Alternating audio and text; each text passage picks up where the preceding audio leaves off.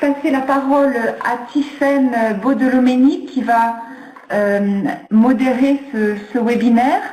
Donc ce webinaire, c'est le dernier du cycle Droits humains et devoirs de vigilance qui est consacré aujourd'hui à la présentation des premiers plans de vigilance.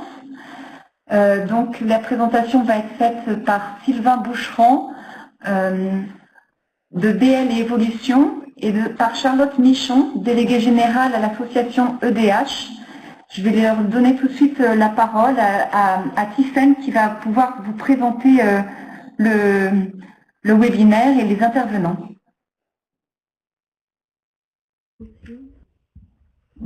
Merci Marie, bonjour à tous.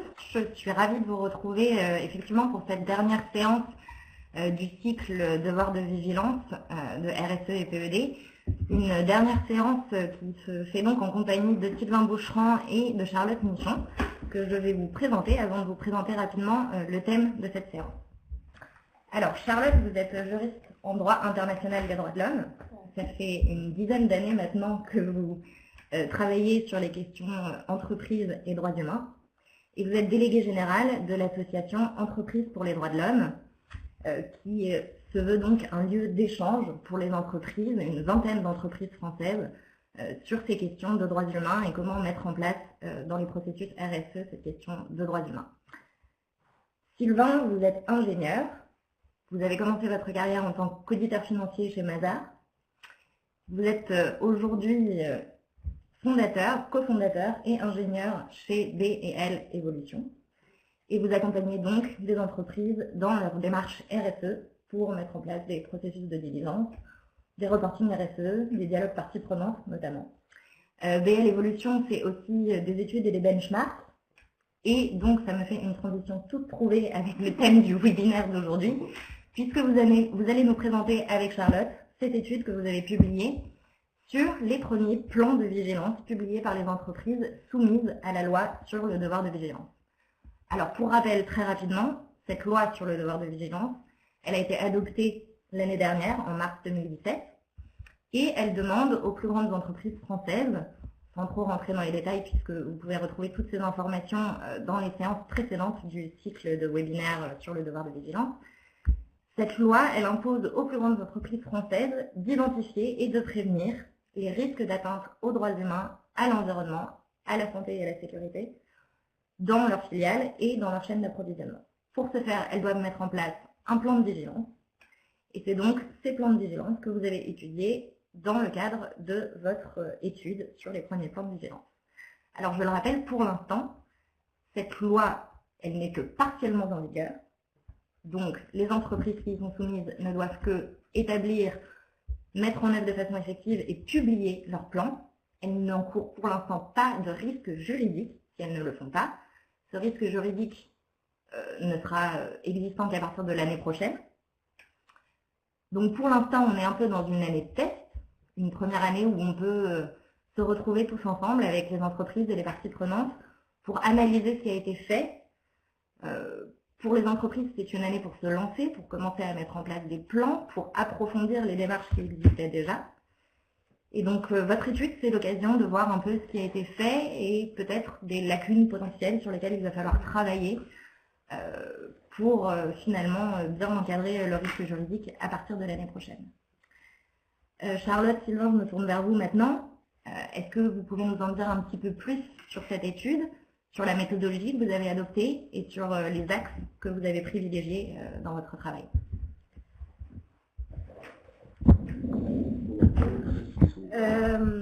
Merci Tiffaine. Alors une petite question logistique, est-ce que c'est nous qui avons la main sur le PowerPoint ou pas, ou il faudrait le lancer, s'il vous plaît? Et bonjour à tous, bien sûr, c'est Charlotte Michon. Il arrive.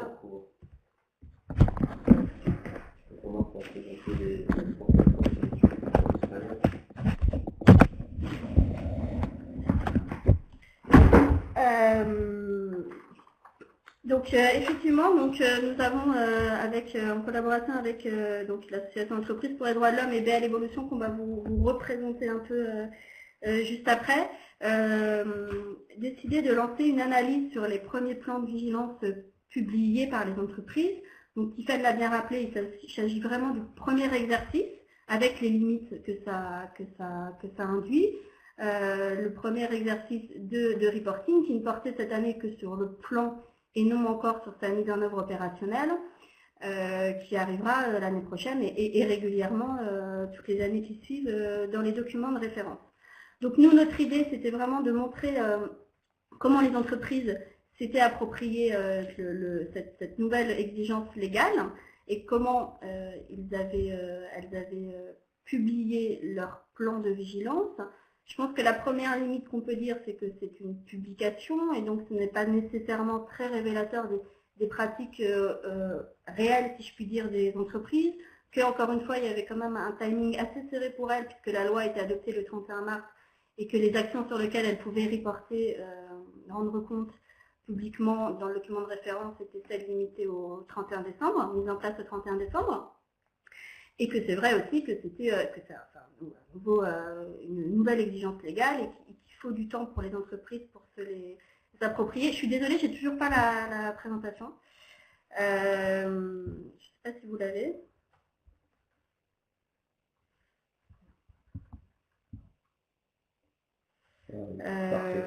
Voilà. Et donc, outre montrer les pratiques des entreprises qu'on a pu voir, c'était aussi identifier pour les accompagner ces entreprises les enjeux d'application qui sont aussi bien des conclusions tirées de l'étude de ces plans que de nos pratiques et nos échanges avec les entreprises réguliers.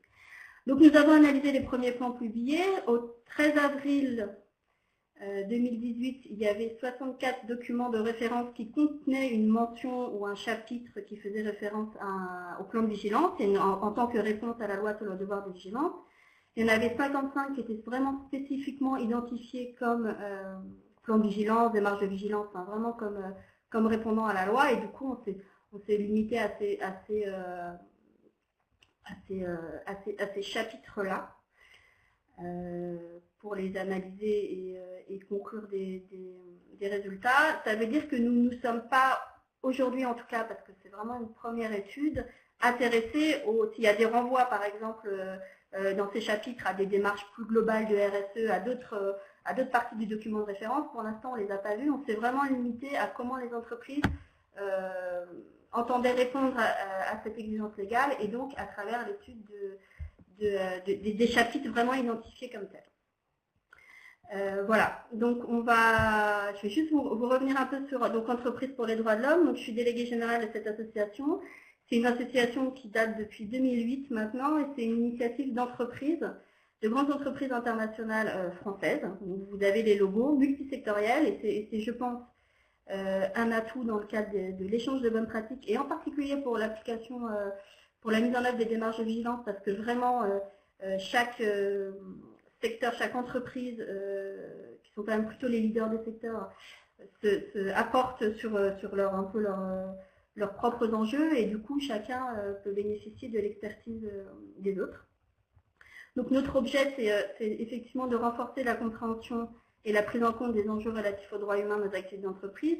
Notre texte de référence, et je pense qu'on l'a présenté dans le cadre des premiers webinaires sur les fondamentaux, c'est vraiment les principes directeurs des Nations Unies, qui sont un référentiel de soft law, qui sont les premiers à reconnaître la responsabilité spécifique des entreprises de respecter les droits humains et qui sont unanimement acceptés et qui sont le cadre de référence aussi bien pour les entreprises qui se les sont appropriées que pour les parties prenantes. Je pense aux agences de notation qui basent leur questionnaire dessus, aux clients, aux investisseurs, je pense à la société civile qui en tout cas les voit comme un minimum.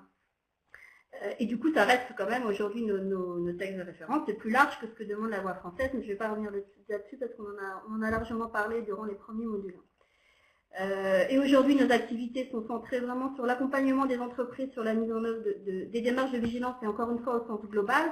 Bien évidemment, toutes nos entreprises sont impactées par la loi française, du coup, ça nous occupe bien. Et on a en particulier comme activité l'échange de bonnes pratiques entre les membres, de partage d'expérience et le développement d'outils opérationnels pour les accompagner justement dans la mise en œuvre de cette démarche. Et donc je laisse la parole à Sylvain pour se présenter et présenter BL Evolution.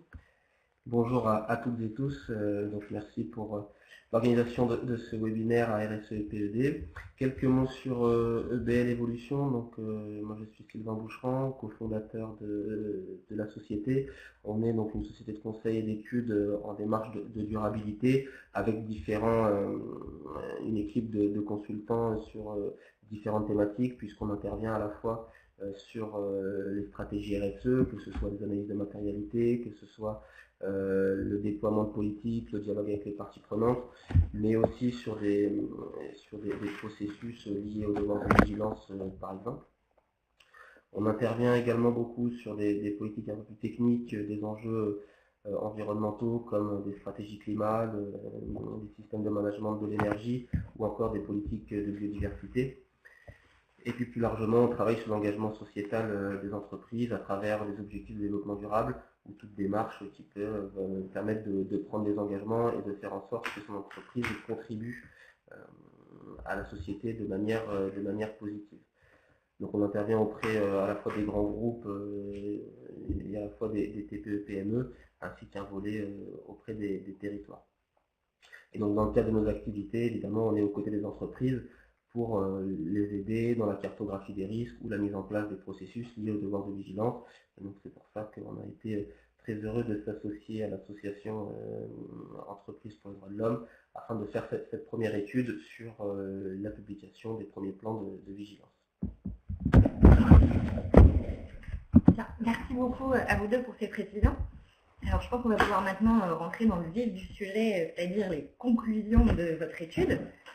Alors, une des premières questions qu'on peut se poser, c'est, alors déjà, suite à la censure du Conseil constitutionnel sur les amendes civiles, considérant le fait qu'on n'a pas de liste préétablie des entreprises concernées par la loi, une question qui est très souvent posée par les observateurs, c'est du coup, quel est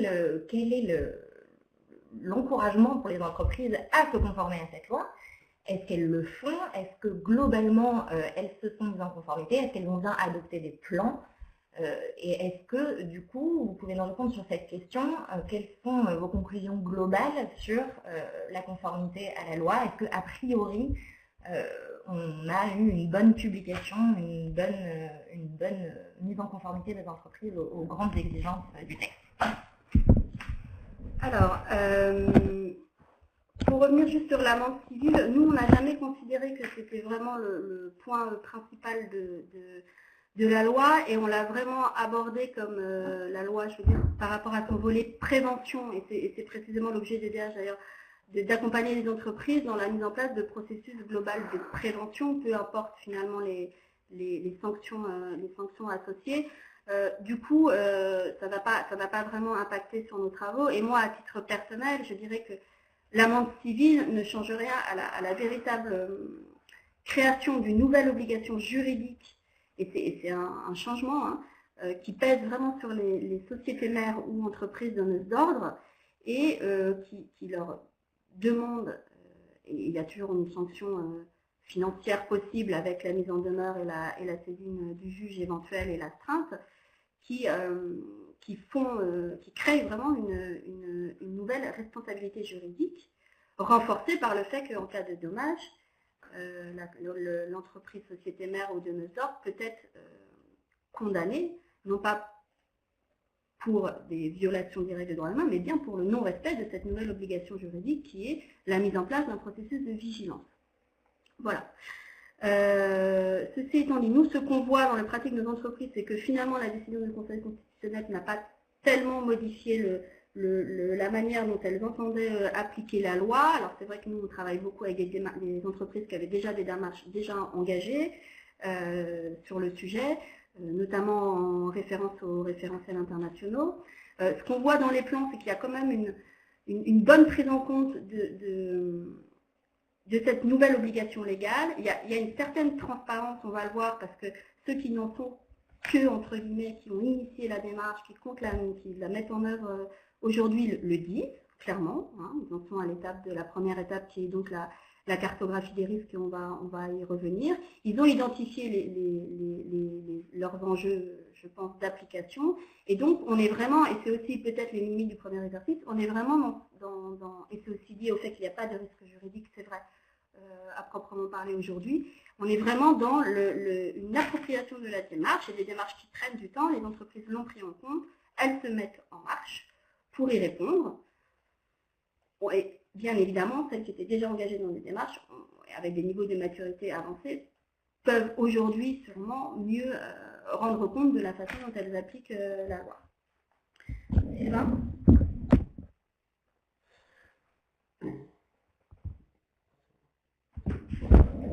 Mais on va y revenir peut-être. Alors, sur les démarches des entreprises, un peu sur la forme du plan de vigilance, les conclusions qu'on a eues, c'est que, donc, je vous l'ai dit, il y a 55 chapitres identifiés sur 64. Alors, on parle au 13 avril 2018. Hein, il y en a peut-être une dizaine qui sont sortis depuis, mais on n'a pas encore eu le temps de les inclure dans l'étude. Bon, enfin, honnêtement, les grandes tendances sont là. Ce qu'on peut dire, c'est que dans la structure du chapitre et donc du plan de vigilance, il y a vraiment une volonté de justement répondre à la loi, de se conformer. Alors, c'est peut-être parce que c'est plus facile, bien évidemment, en identifiant les exigences de la loi d'y répondre. Et donc, on voit que les plans sont vraiment structurés par rapport aux étapes demandées par la loi. Donc, je vous le rappelle, cartographie des risques, réponse de gestion des risques, dispositif d'alerte et dispositif de suivi.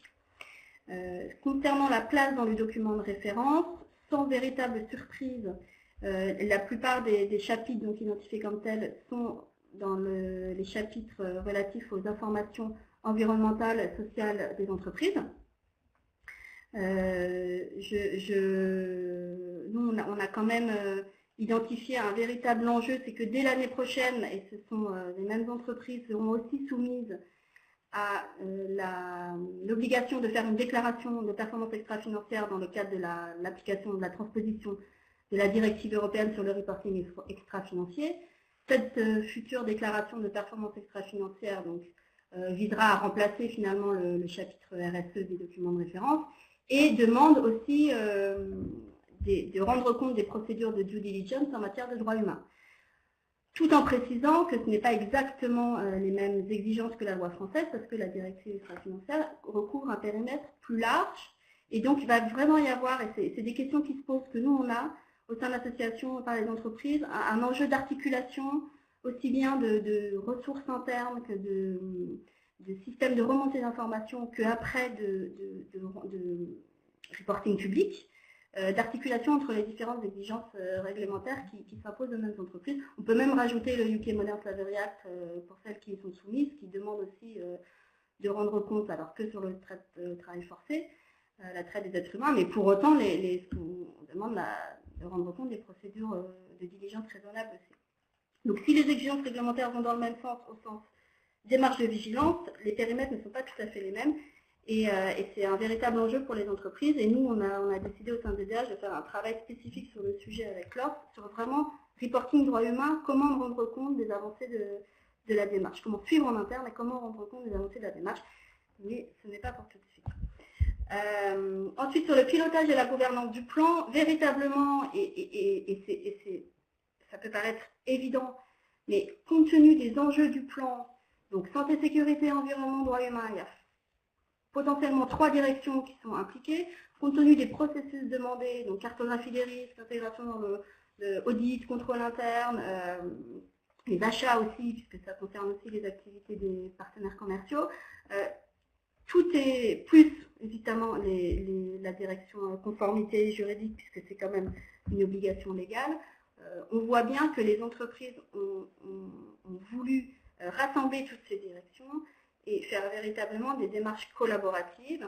Les plans de vigilance sont, pour ce qui est mentionné dans les plans, hein, et tous les plans ne mentionnent pas qui pilote véritablement le plan. Enfin, globalement, ça reste quand même à la main des directions RSE ou développement durable, qui étaient souvent en charge des démarches droits humains et environnement. Donc, encore une fois, ça reste assez logique.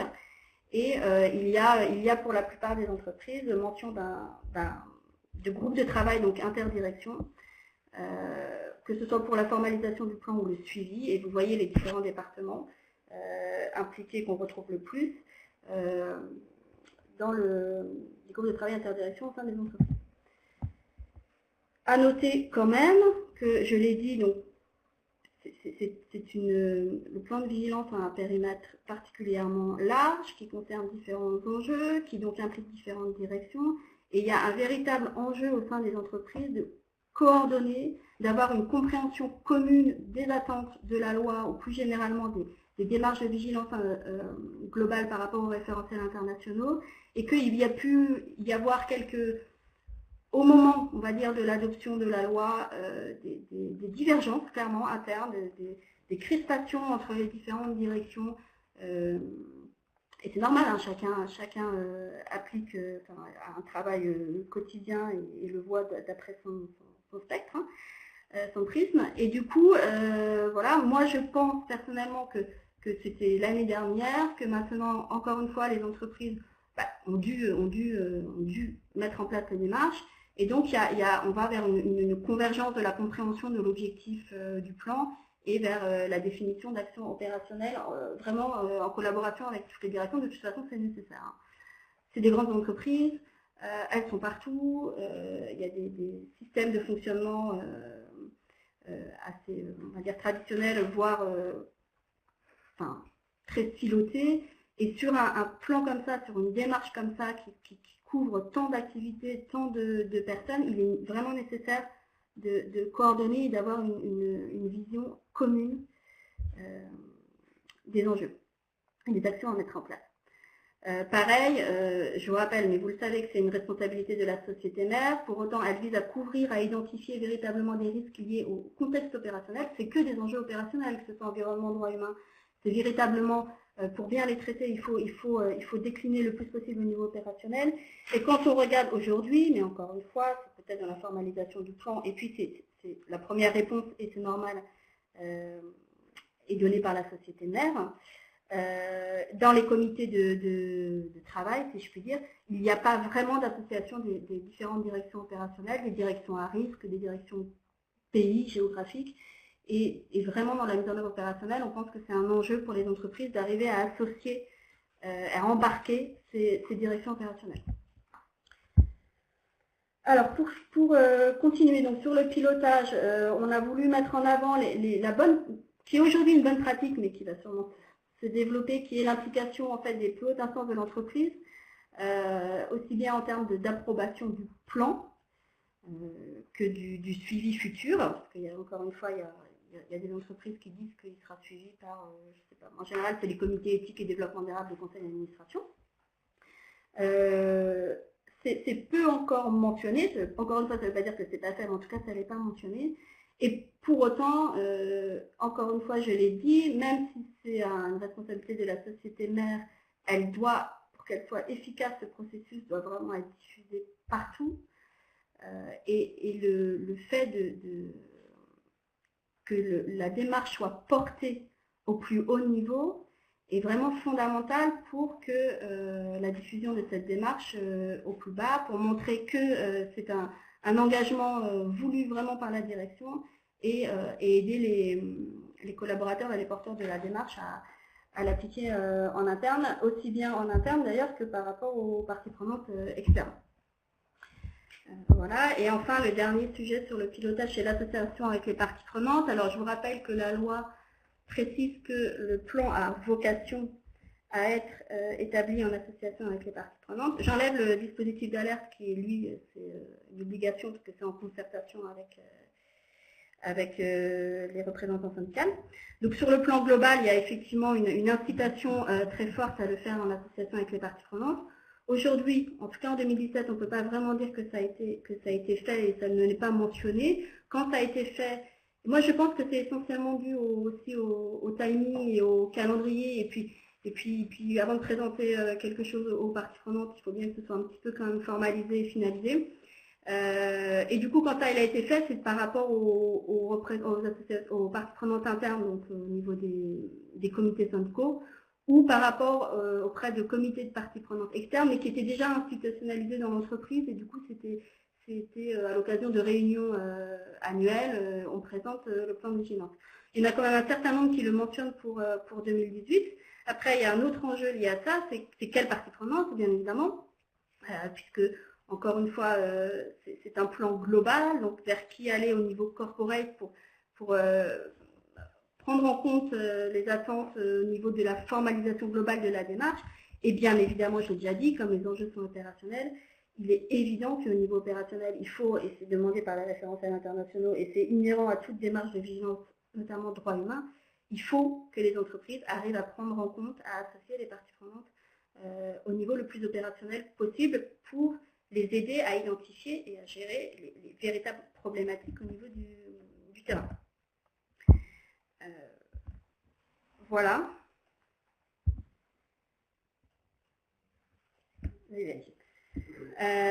Donc juste pour finir, mais ça on l'a déjà quand même évoqué, sur où les entreprises en sont dans la formalisation du plan. Je vous rappelle, l'obligation, elle date de fin mars 2017 d'avoir un plan, et l'obligation cette année au niveau du reporting était de publier le plan de vigilance, qui est finalement composé des différentes étapes voulues par la loi, et l'année prochaine ce sera la mise en œuvre. Ce qu'on peut dire globalement sur la formalisation de la démarche, c'est que les plans de vigilance, et j'ai envie de dire heureusement, s'appuient sur les démarches RSE existantes. C'est des entreprises de plus de 5000 salariés ou de plus de 10 000 à l'étranger. C'est des entreprises qui avaient déjà des démarches en matière de santé et sécurité, évidemment, en matière d'environnement et aussi souvent en matière de droits humains éthiques. Cependant, même si ces démarches s'appuient sur des démarches existantes, quand on lit les plans, véritablement, on sent que les entreprises, et on verra comment ça évolue, mais les entreprises ont vraiment voulu, dans ce chapitre-là, encore une fois, montrer qu'elles répondaient strictement à la loi. Et quand je mets que ça semble circonscrit au périmètre légal, ça veut dire tout simplement que c'est la reprise du vocabulaire de la loi. Atteinte grave, relations commerciales établies, même si par ailleurs, dans les démarches déjà engagées, elles peuvent être plus larges. Mais en tout cas, dans la réponse à la loi stricte, c'est vraiment aujourd'hui une volonté, et je pense que c'est une volonté de protection juridique, et je pense que c'est le premier exercice, et je pense que c'est aussi parce que c'est dans le document de référence qu'il y a un exercice vraiment très formel qui est destiné aux actionnaires, qui peut être différent d'autres modes de communication. Les entreprises montrent qu'elles veulent répondre vraiment strictement à la loi par le biais du plan de vigilance. Donc je l'ai dit, ça s'appuie sur la démarche existante. Bien évidemment, c'est aussi l'occasion, et les entreprises le disent, de se réinterroger sur leurs pratiques existantes et de renforcer, là où éventuellement il y a des lacunes, de profiter de cette loi comme effet de levier pour approfondir les démarches. Il y a un tiers des entreprises qui disent que l'action a été initiée en 2007, mais que le plan n'est pas complètement fini, n'est pas formalisé. Donc encore une fois, on verra l'année prochaine véritablement comment elles ont avancé, où elles en sont. Ça se traduit par quoi? Comme je vous l'ai dit, comme c'est structuré par rapport aux étapes, et puis de toute façon, l'application du plan, la mise en œuvre du plan dépend des différentes étapes, ça se traduit souvent dans les plans par des descriptions beaucoup plus détaillées des cartographies des risques et des méthodos. Et les réponses, quand je dis les réponses globales apportées, c'est finalement le fait de renvoyer vers la démarche RSE, la démarche éthique, qui gérait déjà la plupart les enjeux globaux des entreprises. Et donc, évidemment, on a moins d'informations aujourd'hui sur les réponses véritablement opérationnelles, sur des exemples et sur les dispositifs de mesure et de suivi. Nous, on pousse vraiment pour dire que, alors oui, c'est une obligation légale, mais que se limiter, si vous voulez, à la stricte conformité à la loi ne permet pas à l'entreprise de véritablement se protéger, notamment par rapport aux autres risques légaux, puisqu'il n'y a pas que la loi française, mais aussi aux risques réputationnels, que c'est vraiment des démarches pour qu'elles soient effectives qui demandent du temps, que la loi peut aujourd'hui être utilisée comme une première étape, un levier, un tremplin pour les entreprises qui ne sont pas avancées, mais souvent, les entreprises qui ont déjà des démarches globales vont plus loin que la stricte conformité à la loi. Voilà. Et juste, alors, pour finir vite sur les dispositifs d'alerte, donc vous savez, c'est la dernière étape demandée par la loi. Souvent, les dispositifs sont reliés, donc toutes les entreprises, encore une fois, avec souvent des dispositifs d'alerte éthique qui sont liés à l'application du code éthique. Il y a un lien avec Sapin 2 qui est mentionné, puisque avec la loi, les lois se percutent, l'application des lois est concomitante.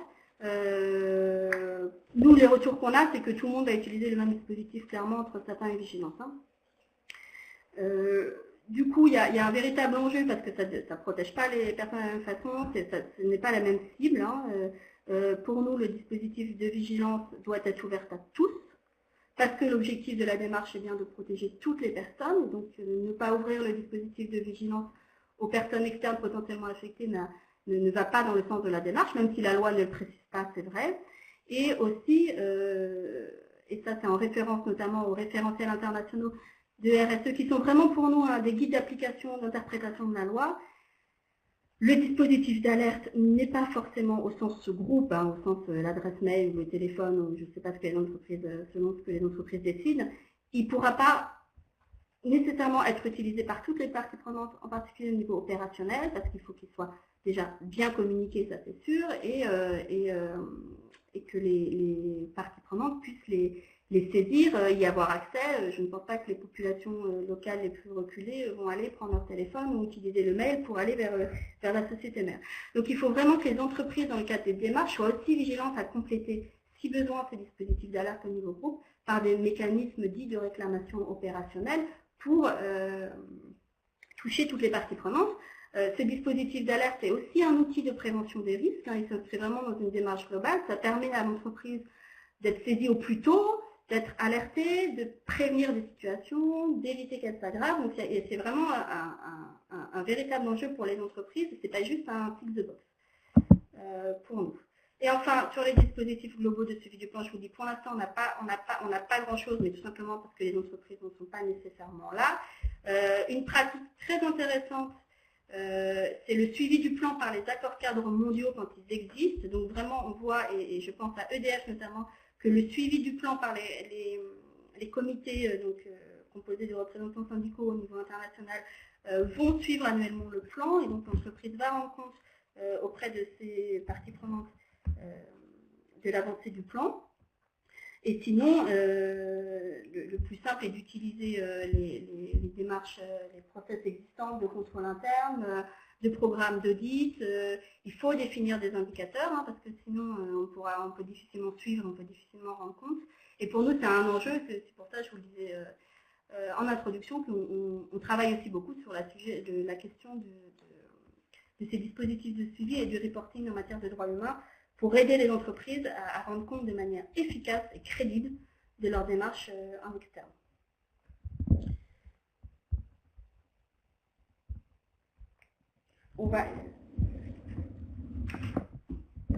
Merci beaucoup Charlotte sur ces précisions, donc sur finalement un bon taux de réponse des entreprises à la loi, et très intéressant effectivement je trouve de replacer ce texte dans le contexte des principes directeurs internationaux, que ce soit ceux de l'OCDE ou de l'ONU, et de bien mettre en valeur les écarts qu'il peut y avoir entre ce qu'ont fait effectivement les entreprises pour le moment et ce qui peut être demandé par ces référentiels, notamment sur la consultation des parties prenantes ou ce genre d'aspect. Alors, on va peut-être passer à un autre point qui est les démarches des entreprises liées aux fournisseurs. C'est vrai que ça avait beaucoup défrayé la chronique au moment de l'adoption de la loi, c'est toute cette question du dépassement de l'autonomie de la personne morale, c'est-à-dire le fait que l'obligation de vigilance porte d'une certaine façon sur des entreprises tierces à la société mère, c'est-à-dire des filiales, mais aussi, surtout, les fournisseurs et les sous-traitants. Alors, qu'est-ce que vous pouvez nous dire sur ce point-là? Quelles sont les démarches qui ont été mises en place par les entreprises sur les fournisseurs et les sous-traitants? Merci. Alors, effectivement, le devoir de vigilance se traduit à deux niveaux, à la fois en interne sur l'activité de l'entreprise en tant que telle, mais également sur sa chaîne de valeur, et qui est beaucoup évoqué dans les plans, c'est les risques liés aux fournisseurs, donc toute la partie amont. Ce qu'on a pu identifier dans l'étude aujourd'hui, c'est que les niveaux de risque étaient qualifiés de différentes manières. Et donc on en a relevé trois principales, qui sont d'une part les risques intrinsèques, donc liés à des produits, à des des catégories d'achat, des familles d'achat, donc des risques qui vont être spécifiques à des matières premières ou à des produits. Des risques qui peuvent être liés à des pays, donc c'est-à-dire on a un fournisseur dans un pays qui est considéré à plus ou moins à un risque plus ou moins fort, et donc là il y a des, ça fait partie des analyses de risque. Et puis il y a un troisième niveau d'analyse qui est plutôt lié à la relation entre le donneur d'ordre et puis le fournisseur ou le sous-traitant, par exemple avec des taux de dépendance ou des choses comme ça qui sont analysés par les entreprises dans leur plan. Donc, ce qu'on a pu observer dans l'étude, c'est que d'une part, les entreprises, enfin, la majorité des entreprises ont fait des nouvelles cartographies des risques liés à leurs fournisseurs, et donc basées généralement sur ces trois typologies de risques.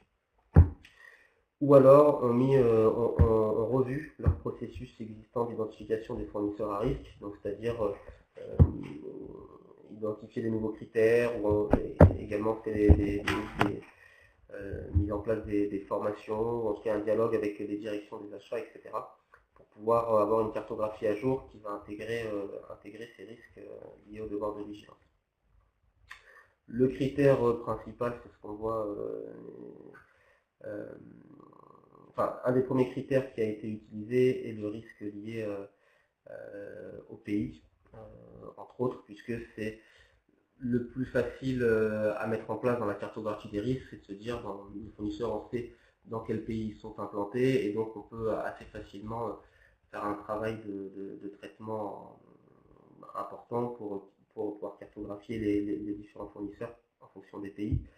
C'est un peu plus compliqué sur les matières, sur les produits, ou en tout cas sur les familles d'achat, et souvent c'est fait en mettant en avant quelques familles d'achat ou quelques produits spécifiques, souvent liés à des risques déjà identifiés comme forts ou qui sont liés à des risques de réputation. Donc ça, c'est ce qu'on peut identifier au niveau de la cartographie des risques. Si on regarde un peu plus précisément les démarches liées aux fournisseurs pour gérer ces différents risques, on a identifié quelques typologies d'actions qui sont mises en place. Et donc, les trois principales actions mises en place sont d'une part des chartes des fournisseurs ou des codes de conduite. Donc, on va citer, en tout cas, on va sous-entendre que les fournisseurs vont suivre une charte ou un code de conduite. Il y a beaucoup d'audits qui sont diligentés, donc des évaluations des fournisseurs pour aller identifier les pratiques qui sont mises en place dans la gestion des risques, droits humains, environnementaux, santé, sécurité. Et puis le troisième point qui est en lien avec les évaluations, c'est des audits qui peuvent être faits, alors parfois faits en interne, parfois externalisés. C'est assez variable en fonction des différentes entreprises et des différents risques également. Et puis on retrouve d'autres types de moyens qui sont mis en place, des clauses contractuelles, donc là on va vraiment juridiquement formaliser les attentes que peut avoir le donneur d'ordre vis-à-vis de ses fournisseurs sur la gestion de tel ou tel risque, des processus de qualification ou de sélection des entreprises, des fournisseurs en fonction de leur gestion de risque, la mise en place d'outils formalisés, des outils de traitement de données, des outils de suivi aussi des fournisseurs, et puis de la sensibilisation, de l'accompagnement, de la formation à la fois des acheteurs et à la fois des fournisseurs qui est mise en place de manière un peu moins généralisée, mais qui sont quand même faits par une dizaine d'entreprises qu'on a pu voir dans l'étude. Donc voilà, par rapport au risque lié aux fournisseurs, on a trois grandes catégories d'analyse de risque, et puis il y a derrière un panel d'actions assez différents, certains préférés par les entreprises, d'autres un petit peu moins, en tout cas à ce stade, pour gérer les risques. Et donc juste pour finir sur les démarches fournisseurs, donc il y a ce qu'on voit dans les plans, et si on reprend la loi, il n'y a pas que les fournisseurs, enfin d'ailleurs c'est même pas les fournisseurs, c'est les relations commerciales établies. Mais les entreprises par nos fournisseurs, je ne vais pas rentrer sur la question du rang, ça c'est si elle veut, mais la loi parle bien, enfin en tout cas l'interprétation qui est faite de la loi par les juristes couvre aussi bien les relations commerciales que de la société mère qu'au niveau des filiales contrôlées. Et je rappelle que souvent dans les entreprises rendent compte des politiques achats groupe, et que tous les achats, bien évidemment, ne passent pas, enfin, selon la structure de l'entreprise, par ces politiques achats groupe. Tout ne passe pas, tous les fournisseurs ne sont pas référencés au niveau du groupe, et qu'il y a aussi des achats directement au niveau opérationnel et au niveau des projets. Et donc, ce qu'on voit aujourd'hui, et ça a été identifié par certaines entreprises comme un véritable enjeu, c'est que les entreprises rendent compte de leur démarche par rapport à leur politique achat groupe, et donc ça couvre finalement pas du tout ou très peu de leurs relations commerciales, et c'est vraiment un point d'attention que nous, on veut mettre en avant. Le deuxième point d'attention, c'est qu'il y a quand même un effort à faire. Quand je dis effort, c'est pas péjoratif, mais il y a les entreprises doivent couvrir, dans le cadre de l'application de la loi, effectivement les nouveaux fournisseurs, et on le voit, l'évaluation des fournisseurs, la qualification des fournisseurs à risque permet d'intégrer des critères au niveau des appels d'offres, permet vraiment d'identifier des enjeux au niveau de la passation de marché ou de contrat, et donc d'orienter les actions. Mais il y a aussi tous les fournisseurs déjà existants, les contractants déjà existants, et il y a et ça, honnêtement, à ma connaissance, ce n'est pas encore fait dans les entreprises.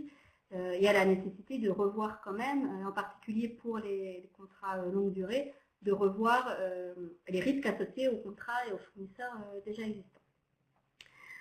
Aujourd'hui, on l'a dit, donc il y a eu un effort de véritablement nouvelle cartographie des risques liés aux fournisseurs et à la gestion des relations commerciales établies. Les entreprises en sont là, et honnêtement, on va le voir après, il y a quand même des méthodologies, des détails très, très poussés de certaines entreprises. Pour autant, les actions qui vont derrière de réponse sont encore aujourd'hui liées aux démarches, je dirais, antérieures des politiques achats responsables. Et par le biais de cette cartographie qui va être finie, ou en tout cas qui n'était pas finalisée à la fin de l'année, les entreprises vont vraiment pouvoir apporter des réponses précises. Et c'est tout le sens de l'objectif de vigilance, et ça vaut pour tous les enjeux, des réponses précises par rapport aux risques identifiés. Il ne sert à rien d'avoir une clause dans tous les contrats, déjà si elle n'est pas surveillée, mais surtout, il peut y avoir pour certains contrats, si c'est vraiment un risque, des clauses spécifiques adaptées par rapport à l'enjeu identifié par les entreprises. Il ne sert à rien d'inclure des critères RSE dans tous les appels d'offres si dans certains cas, les risques ne sont pas vrais. Mieux vaut renforcer et se concentrer sur les contrats, les catégories d'achat les plus à risque, et aller jusqu'au bout de la démarche, que de faire des choses un peu systématiques en considérant que l'entreprise est protégée par le biais de clauses types ou de modèles de contrat. Voilà, mais ça, je n'ai pas de doute sur le fait qu'on en fera beaucoup plus l'année prochaine, et que c'est vraiment des actions de mise en œuvre opérationnelle qui sont faites cette année. Ensuite, on vous a mis des exemples alors, de pratiques avancées, vraiment de transparence, et il y a vraiment des entreprises, et je crois que c'était une question sur le détail des risques là, publié par les entreprises. Il y a vraiment des entreprises, encore une fois, vous les voyez à l'écran, c'est des entreprises qui sont déjà engagées dans des démarches. Elles ne les ont pas pondues, entre guillemets, l'année dernière. Et il y a un effort de détailler véritablement comment elles sont arrivées à identifier et pourquoi elles ont identifié certains fournisseurs. Et c'est très important, la transparence et le fait d'être à l'aise pour rendre compte de la méthodologie auprès des parties prenantes. Ça veut quand même dire qu'elles pourront aussi rendre compte, si on prend le risque purement juridique, devant les juges. Et que si on regarde ces méthodologies, et Sylvain l'a mis par rapport aux critères utilisés, donc pays, catégorie d'achat, etc., c'est vraiment les risques inhérents, et c'est ce que est demandé par la loi, les risques que les relations commerciales aient des impacts négatifs, et non les risques pour l'entreprise, je le répète, et ça montre véritablement une bonne compréhension de l'objectif de la démarche de vigilance. Je ne vais pas revenir sur tous vous les avez, alors pour les trouver, il faut aller dans les documents de référence des entreprises et chercher plan de vigilance. Mais vraiment, c'est l'idée de montrer que certaines entreprises vont jusqu'à non seulement détailler la méthodologie, mais mettre noir sur blanc les résultats de leur analyse, et donc en ciblant les catégories d'achat, en ciblant les pays qu'elles ont trouvés, sur lesquels les actions vont être priorisées. Et enfin, pour finir, il y a des entreprises, on parlait de rang, etc., mais c'est parce que c'est des filières d'approvisionnement vraiment spécifiques à leur secteur, qui détaillent, qui répondent, qui vraiment donnent les réponses qu'elles ont à les enjeux liés à toute la filière. Et donc là, généralement, toute la filière d'approvisionnement, ça remonte jusqu'à la matière première. Et vous voyez, c'est vraiment parce que c'est des produits, des services qui sont intrinsèquement liés à leur activité. Mais quand même, elles font l'effort de détailler et de le mentionner dans leur plan de vigilance. Voilà.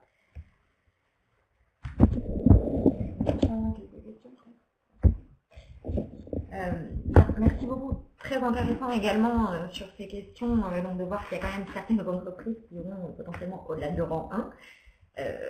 Question qui avait soulevé aussi pas mal de débats au moment de l'adoption de la loi. Alors, peut-être qu'on pourrait passer maintenant à la question des démarches liées à l'environnement. C'est vrai qu'au moment de l'adoption de la loi, le